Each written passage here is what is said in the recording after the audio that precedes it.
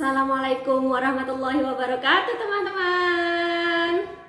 Nah, hari Selasa nih, Ustazah Leli sudah pakai putih-putih. Ustazah tadi pagi sudah senam sendiri. Jangan lupa teman-teman nanti juga ikutan senam ya. Sudah pakai kaos olahraga dengan rapi, pakai sepatunya. Video senam yang kemarin itu tuh yang Ustazah Leli kirim minggu lalu boleh diputar lagi. Nanti teman-teman melakukan gerakan-gerakan senam ya. Aku hari ini senamnya mau beda boleh ya. Hari ini aku mau pemanasan aja 1, 2, 3, 4 boleh ya. Sebelum teman-teman belajar usahakan tubuhnya digerakkan atau olahraga dulu supaya nanti ketika belajar teman-teman bisa lebih fresh lagi badannya ya. Nggak usah lama-lama, 5 menit cukup ya. Nah teman-teman, tadi Ustazah Leli sudah mengatakan bahwa hari ini adalah hari Selasa. Siapa yang tahu Selasa hurufnya apa aja? Apa yuk? Selasa, se. Huruf S, kemudian se. Ya, terus la.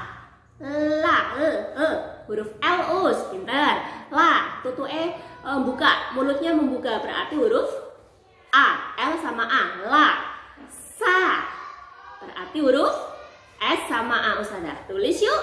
Huruf S itu yang seperti apa teman-teman? Nih, tulis yuk. Selasa. S E L A S A. Selasa. Tanggalnya berapa? 20 berapa yuk? 28. Bulannya masih utuh, bulan 7 tahun 2020. Nah, kemarin kita sudah belajar menulis huruf hijaiyah abatasa, dicampur-campur, di selang-seling hurufnya. Kemudian hari ini kita mau menulis huruf beteki yang bentuknya lain lagi, berbeda lagi ya, yaitu hurufnya berbentuk garis datar, garis lengkung, titiknya 1 di tengah. Bacanya apa? Ja, bareng-bareng. Ja, 1, 2, 3. Ja, sendiri. Nah, ada huruf ja. Kita mau nulis nih dari angka 1 dulu. 1. Ya, fokus ya, huruf ja. Tulis 3 kali dulu. Ja, ja, ja. Supaya nggak rancu, ini yang gede, yang besar tak hapus dulu, tak pindah sini. Ja. Nah, kita belajar huruf ja. Ja, ja, ja. 1, 2, 3. Ja, ja, ja. 1, 2, 3. Nomor 2. Ja. Ba. Pa. Baca yuk. 1, 2, 3. Jabata. 1, 2, 3. Ya. Jabata. Nomor 3. Nah, nomor 3 silakan ditulis. Sekarang jaknya ada di tengah. Fa. Ja. Ja. Ya. Sajaja. 1, 2, 3. Sajaja. 1, 2, 3. Dari atas yuk, baca bismillah dulu. Bismillahirrahmanirrahim. Ikuti spidolnya Ustazah ya. 1, 2, 3. Ja, ja, ja. Nomor 2. Jabata. 1, 2, 3. Nomor 3. Sajaja. 1, 2, 3. Lagi yuk. Bareng-bareng sama Ustazah. 1, 2, 3. Saja. Shadaqallahul adzim. Nah teman-teman, kemarin Ustazah Lali sempat melafalkan satu huruf yang harusnya titiknya 3 di atas tapi berbunyi sa, tapi Ustazah Lali mengatakan yang lain. Mohon maaf ya, nanti teman-teman silahkan bisa tanya sama ibu sama ayah, atau ibu sama ayah bisa mengoreksi Ustazah Lali melalui video yang sudah Ustazah Lali kirimkan ya. Terima kasih ibu ayah dan teman-teman semua. Kemudian hari ini Ustazah Lali akan bercerita kembali. Kalau kemarin Ustazah Lali sudah ditemenin sama adik bayi yang lucu ya, yang belum bisa berdiri sendiri, sekarang Ustazah Lali ditemenin sama temannya Ustazah. Panggil yuk. Siapa ya? Sebentar. Yuk bangun yuk sini. Ikut Ustazah. Sudah lihat ada siapa? Wah, ngintip. Jangan ngintip, langsung berdiri aja yuk. Aku malu Ustazah. Gak usah malu, teman-teman Ar-Rahim baik-baik kok. Yuk bangun yuk. 1, lompat ya bareng sama Ustazah Lali. Kalau lompat pakai apa? Pakai kaki Ustazah. Lompat pakai apa teman? Pakai kaki, ya betul. Yuk 1, 2, 3. Nah hari ini Ustazah Lali ditemenin sama temennya Ustazah Lali. Kenalan silakan. Teman-teman, namaku Koko. Aku hari ini akan menemani teman-teman semua di kelas Ar-Rahim ya. Aku juga ingin mendengarkan cerita dari Ustazah Lali. Teman-teman ingin dengar cerita dari Ustazah Lali juga nggak? Pengen denger nggak cerita dari Ustazah? Pengen ya? Yuk, duduk yang manis. Kita Ustazah hari ini mau menceritakan tentang kejadian yang luar biasa yang dialami oleh Nabi kita, Nabi Ibrahim dan Nabi Ismail. Tentang peristiwa kurban. Ustazah Lali, peristiwa kurban itu apa sih? Koko tanya nih, ada yang tahu peristiwa kurban itu apa? Peristiwa kurban itu adalah peristiwa di mana Nabi Ibrahim itu diuji oleh Allah untuk menyembelih putranya yaitu Nabi Ismail. Nah, sudah siap dengar cerita dari Ustazah? Nah, pada suatu ketika di zaman dahulu ya, di masa kenabiannya Nabi Ibrahim, itu Nabi Ibrahim dan istrinya Siti Hajar, kemudian anaknya Ismail pindah dari Palestina ke Mekah ya. Nah, di Mekah ketika baru pindah itu Nabi Ibrahim ya meninggalkan 2 orang yang paling disayanginya, yaitu Siti Hajar dan Ismail kecil. Untuk apa Ustazah? Nabi Ibrahim akan berdakwah, mengajarkan agama Allah, mengenalkan tentang keesaan atau kebesaran Allah. Nah, Ismail kecil dirawat oleh ibunya, kemudian bertambah besar, sekian tahun lamanya tanpa pengasuhan ayah. Suatu ketika teman-teman, ayahnya pulang dari berdakwah setelah lama sekali nggak ketemu. Aku kalau nggak ketemu sama ayah itu aku kangen sekali Ustazah. Teman-teman kangen nggak kalau lama nggak ketemu sama ayah sama ibu? Kangen ya? Tapi teman-teman nggak usah sedih. Kemarin teman-teman habis belajar doa untuk kedua orang tua. Diamalkan tuh ya supaya kita jadi anak yang solihah, kemudian doa kita didengar oleh Allah, Allah menjaga ayah ibu kita. Kembali ke cerita. Nah, Nabi Ibrahim pulang dari berdakwah teman-teman. Ismail kecil melihat ayahnya pulang yang tidak pernah ditemuinya sejak bayi. Nabi Ismail marah nggak ke ayahnya? Marah nggak kok? Enggak Ustazah, kayaknya nggak marah. Nabi Ismail kan nabi yang solih. Betul, Koko bisa menjawab teman-teman ya. Nabi Ismail kecil tidak marah. Karena apa? Ibunya sudah memberitahu Ismail sejak kecil, mengenalkan ayahnya ya, bahwa ayahnya adalah utusan Allah untuk mengajarkan agama tauhid, agama yang menyembah hanya pada satu Tuhan, yaitu Allah. Nah teman-teman, Ismail datang menghampiri ayahnya, saling cium tangan ya, menanyakan kabar ayahnya. Kemudian suatu malam nih, ayahnya ini bermimpi. Pas tidur ayahnya mimpi. Mimpi apa Ustazah? Sebentar kok, jangan buru-buru. Ketika ayahnya tidur, ayahnya bermimpi. Ayahnya bermimpi tentang ketika dia akan menyembelih putri. Hah? Ayahnya kaget bangun-bangun. Masa aku ngimpinya kok harus menyembelih anakku? Padahal aku kan baru bertemu anakku. Nabi Ibrahim langsung duduk beristighfar kepada Allah. Astaghfirullahaladzim. Kemudian sambil berdoa untuk mendapatkan petunjuk dari Allah tentang mimpinya tersebut. Ya. Pagi harinya Nabi Ibrahim menghampiri Nabi Ismail kecil. Ismail anakku, dibilang ini sama Nabi Ibrahimnya. Ya. Ayah tadi malam kok ngimpi? Ayah tadi malam bermimpi.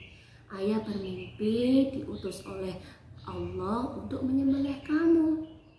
Ismail bilang, karena Ismail itu anak yang soleh teman-teman ya. Ismail nggak marah-marah, nggak kayak gini jawabannya. Hei ayahku aku kan baru ketemu sama ayah. Masa ayah pulang-pulang mau menyembelih aku sih? Ayah ngacu nih. Ayah pasti boboknya nggak doa nih. Enggak.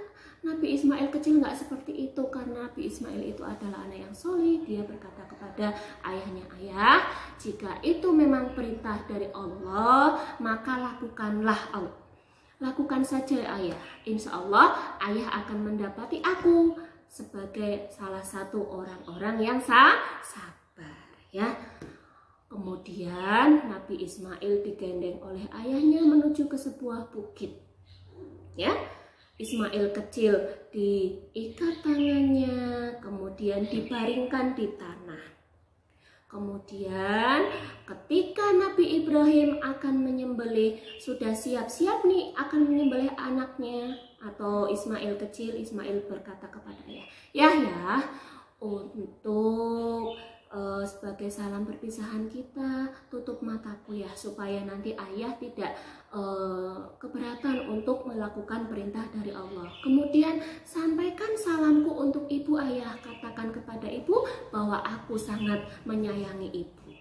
Nah, si ayah langsung nggak tega teman-teman, langsung ditutup mukanya Ismail kecil. Ketika sudah siap-siap akan melakukan perintah dari Allah tersebut, tiba-tiba tangannya Nabi Ibrahim kaku teman-teman, kayak patung, nggak bisa digerakkan. Kok pernah kayak gitu kok? Nggak pernah Ustaz, aku nggak pernah, aku selalu petak-petak setiap pagi. Teman-teman, nggak ya? Tangannya Nabi Ibrahim langsung kaku teman-teman, nggak bisa digerakkan. Lalu dari balik bukit ada sesosok malaikat membawa banyak sekali hewan kurban dan sambil bertakbir ya. Allahu Akbar, Allahu Akbar, Allahu Akbar. La ilaha illallah, wallahu akbar. Allahu Akbar walillahil hamd.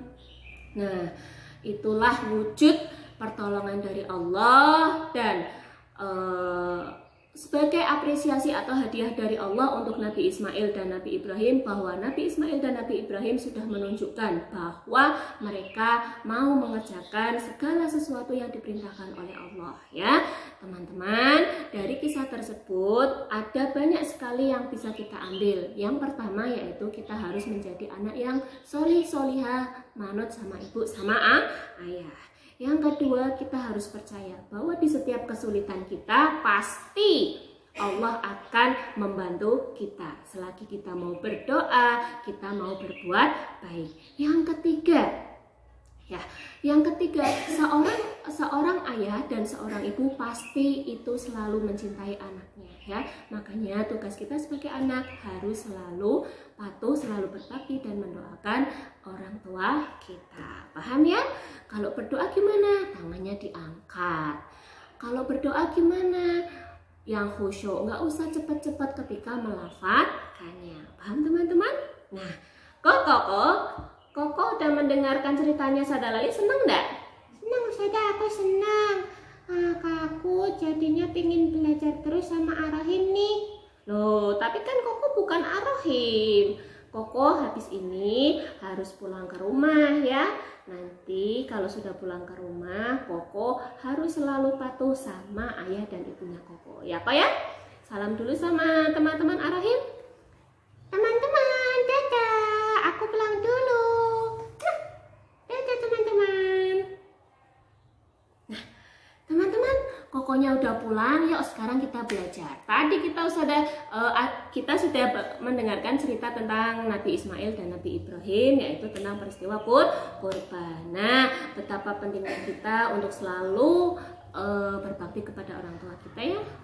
Kita harus berdoa kepada Allah, mengangkat tangan. Nah, sekarang Ustazah Lali mau tanya, fungsi tangan yang Allah ciptakan ini apa aja sih? Banyak. Ada fungsinya tangan untuk mengambil benda. Boleh nggak mengambil benda pakai kaki? Di sekolahan Ustazah Lali sudah pernah melihat nih, ada anak-anak yang mengambil sandal dari rak sandal itu pakai kaki ya. Jangan diulang, kalau ambil sesuatu pakainya tangan. Allah sudah menciptakan tangan dengan fungsi yang sudah sesuai untuk mengambil, untuk memegang sendok ketika makan, untuk memegang pensil ketika belajar ya. Fungsinya tangan nih. Nah, tangan ini harus dijaga kebersihannya teman-teman. Apalagi dalam masa yang seperti sekarang ini, kita harus selalu menjaga kebersihan tangan dengan cuci tangan pakai sabun di air mengalir ya. Itu salah satunya. Kemudian untuk sementara tidak usah bersalaman dengan orang lain dulu, nggak usah berjabatan dengan orang lain dulu ya. Cukup anggukkan kepala ataupun mulutnya mengucapkan salam sambil tersenyum. Insya Allah orang lain dalam masa seperti sekarang ini masih tetap saling menghormati. Nah teman-teman, tangan kita itu punya jari-jarinya teman-teman semua ada berapa kira-kira? Hitung yuk. 1, 2, 3, 4, 5, 6, 7, 8, 9, 10. Ada berapa jari-jarinya teman-teman? Ada 10. Nanti tugasnya teman-teman akan menjiplak jari-jari tangan kiri dan jari-jari tangan kanan ya di buku gambar.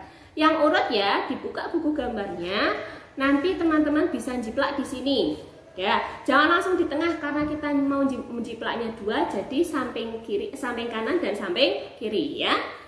Yuk dilihatin dulu Ustazah di papan tulis. Cara jiplaknya gimana? Jari telapak tangannya ditaruh di atas lembar kertas, kemudian pakai pensil dulu boleh, mau pakai pensil warna langsung boleh ya. Dijiplak sesuai dengan garis-garisnya ya. Kalau sudah, gantian yang kanan. Hati-hati teman-teman. Dijiplak kalau sudah. Nah, jadi seperti ini. Ada 2 telapak tangan. Nah, Ustazah Lali kebetulan sudah menggambar nih. Ada tangannya Ustazah Lali yang sudah dijiplak. Kemudian setelah ini teman-teman akan menuliskan angka 1 sampai 10 di atas ujung jari-jari ini. Yuk mulai yuk. Jarinya tak hapus ya. Angka berapa ini? 1. Kemudian 2, 3, 4. 4-nya lucu. 4. Kemudian 5, 6, 7, 8, 9, 10 ya. Ada 10. Kalau sudah, Ustazah Lali mau tanya. Sebelum kita ke kegiatan selanjutnya ya, mau tanya. Kira-kira ini jari apa sih? Jempol. Kalau ini jari telunjuk. Ini jari tengah. Kalau yang ini jari manis. Kalau ini jari kelingking ya. Ini namanya jari jempol. Kata-kata jari jempol. Kalau sekolah jangan ngompol. Ini namanya jari telunjuk. Kata-kata jari telunjuk. Kalau sekolah jangan ngantuk. Ini namanya jari tengah. Kata-kata jari tengah. Kalau sekolah jangan lengah. Ini namanya jari manis. Kata-kata jari manis. Kalau sekolah jangan nangis. Ini namanya jari kelingking. Kata-kata jari kelingking. Kalau sekolah nggak boleh apa ya?